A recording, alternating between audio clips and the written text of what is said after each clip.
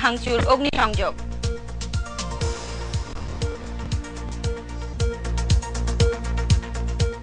মহান মে দিবস আজ, এখনো শ্রমিকদের ন্যায্য অধিকার প্রতিষ্ঠিত হয়নি, দাবি মানবাধিকার কর্মীদের। শ্রম আইনকে শ্রমিক বান্ধব করার তাগিদ অতিরিক্ত অ্যাটর্নি জেনারেলের। এবং 40 বছরের বন্ধ্যাত্ব কাটিয়ে উয়েফা চ্যাম্পিয়ন্স লিগের ফাইনালে অ্যাথলেটিকো, সেমিতে চেলসিকে 3-1 গোলে হারিয়েছে রোজি ব্লাঙ্কোসরা।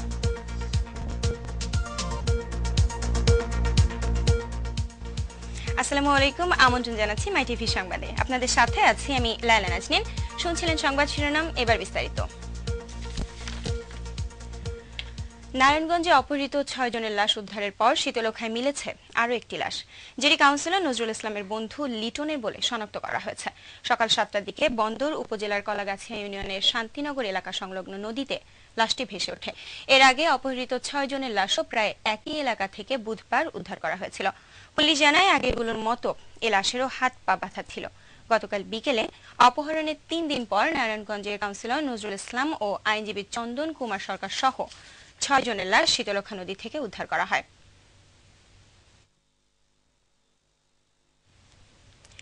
এদিকে প্যানেল মেয়র নজরুল ইসলাম, আইনজীবী চন্দন সরকার সহ অপহৃত 6 জনের লাশ উদ্ধারের পর ফুঁসে ওঠে নারায়ণগঞ্জ। বিক্ষুব্ধ মানুষ বিক্ষোভে ফেটে পড়ে। তারা রাস্তায় নেমে ঢাকা চট্টগ্রাম মহাসড়ক অবরোধের পর ব্যাপক ভাঙচুর ও অগ্নিসংযোগ করে। সাইনবোর্ড থেকে শিমরাইল মোড় পর্যন্ত পুরো মহাসড়ক বিক্ষুব্ধ জনতার দখলে চলে যায়। এ সময় মৌচাক এলাকায় একটি ফিলিং স্টেশনে বিক্ষুব্ধ জনতা আগুন ধরিয়ে দেয়।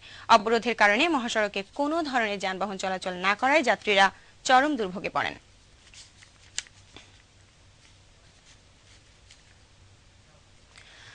দর্শক, এই মুহূর্তে নারায়ণগঞ্জের সানারপাড়ার মৌচাক এলাকায় আছেন আমাদের সিনিয়র রিপোর্টার স্কেলিটন।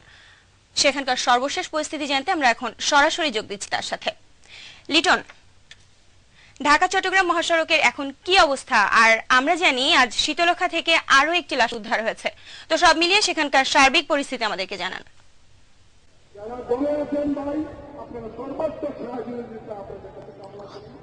লাইলা, প্রথমে আপনাকে ধন্যবাদ জানাচ্ছি। আসলে আমি এখন যে জায়গাটিতে দাঁড়িয়ে আছি সেটা হলো নারায়ণগঞ্জের মৌচাক এলাকা। তার পাশে রয়েছে যে প্যানেলের নজরুল ইসলাম নিহত হয়েছে, অপহরণের শিকার হয়ে তারপরে গতকালকে তার লাশ উদ্ধার করা হয়েছে। তার বাড়িটিও কিন্তু এর পাশেই। তার প্রথমে আপনাকে জানিয়ে রাখি, আপনি দেখতে পাচ্ছেন যে আমার বাম পাশে এখানে কয়েক হাজার লোক জড়ো হয়েছে। এই জড়ো হওয়ার একটি কারণ সেটি জানেন যে নজরুল ইসলামকে যখন গতকালকে গলিত অবস্থায় উদ্ধার করা হয় শীতলক্ষা নদী থেকে, তারপরে তার লাশটি নিয়ে আসা হয় ভিক্টোরিয়া মর্গে। তারপরে তাকে ওখান থেকে রাত্রে নারায়ণগঞ্জ সিটি কর্পোরেশন এলাকায় প্রথমবারের মতো রাতে জানাজা হয় এবং তার বাসার সামনে এখন দ্বিতীয়বারের মতো জানাজার জন্য এইসব মানুষগুলো দাঁড়িয়েছে।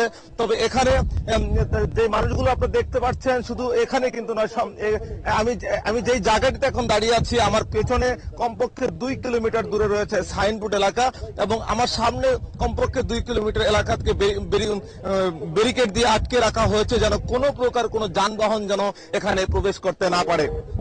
তবে সমস্ত রাস্তায় বন্ধ করে রাখা হয়েছে।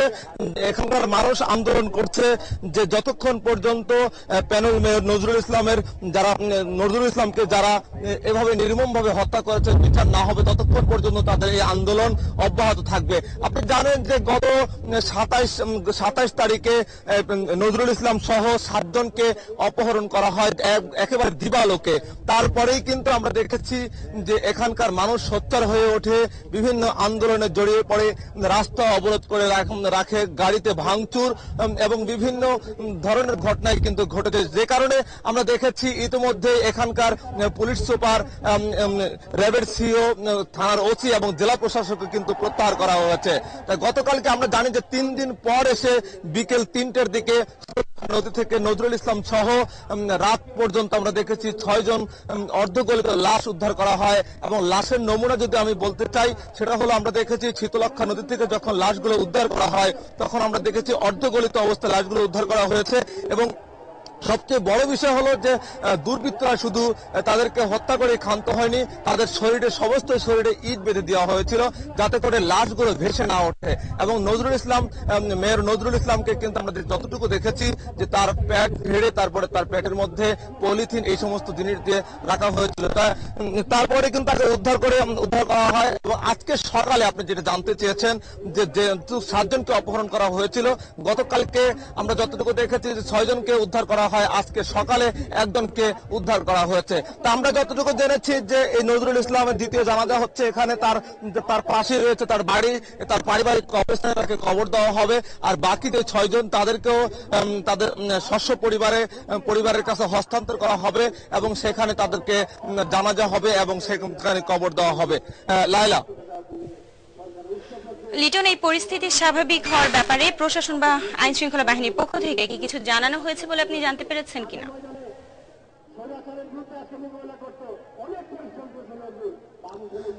লায়লা, আপনাকে আবারও ধন্যবাদ। ভালো একটি প্রশ্ন করেছেন।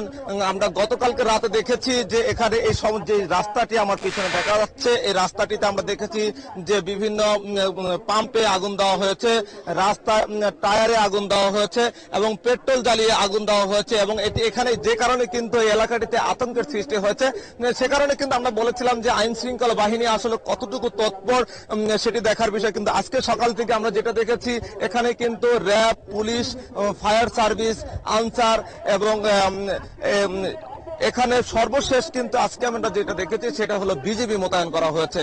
মানে যে কারণে বিজিবি মোতায়েন করা হয়েছে সেটা আপনি বুঝতে পারছেন যে আসলে পরিস্থিতি নিয়ন্ত্রণে আনার জন্য কিন্তু এখানে বিজিবি মোতায়েন করা হয়েছে। তবে আমরা সকাল থেকে কিন্তু তেমন ধরনের কোনো নাশকতা, বিশৃঙ্খলা কিন্তু দেখেন, শুধুমাত্র রাস্তাগুলি বন্ধ করে রাখা হয়েছে।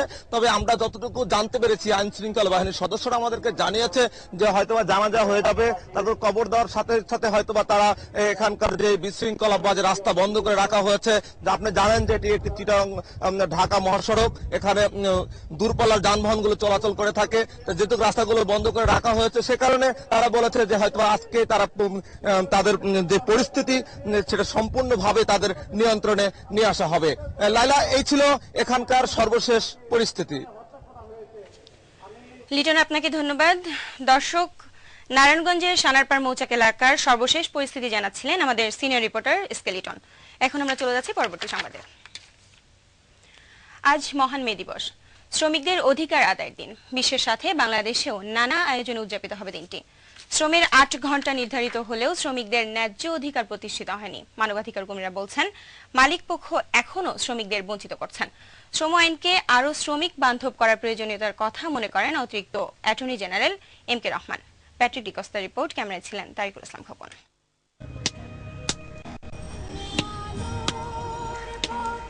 পরিশ্রম করে খাই কিন্তু সময় মতো আমরা এই পরিশ্রমের মূল্য আমরা পাই না। দিবস পালন করে তো আমার পেটে বাদ হইতেছে না। 8 ঘন্টা ডিউটির পরে যাতে আমরা সুস্থভাবে বাসায় যেতে পারি। এই দাবিতেই 1884 সালে শিকাগোর একদল শ্রমিক আন্দোলনে নামেন। মালিক পক্ষকে সময় বেঁধে দেন 1886 সালের 1 মে পর্যন্ত। এর মধ্যে কার্যকর করতে হবে শ্রম ঘন্টা।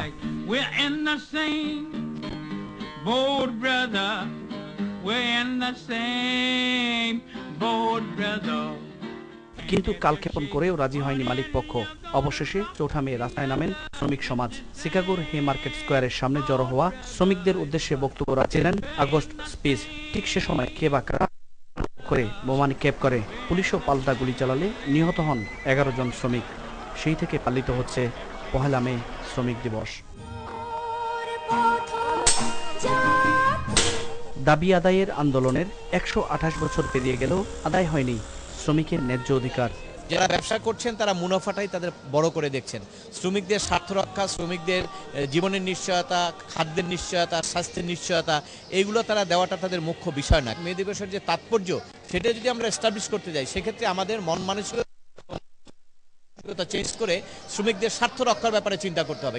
অধিকার আদায়ের যে আইন, সেই আইনও শ্রমিক বান্ধব নয় বলে মন্তব্য করেন অতিরিক্ত attorney general M K Rahman.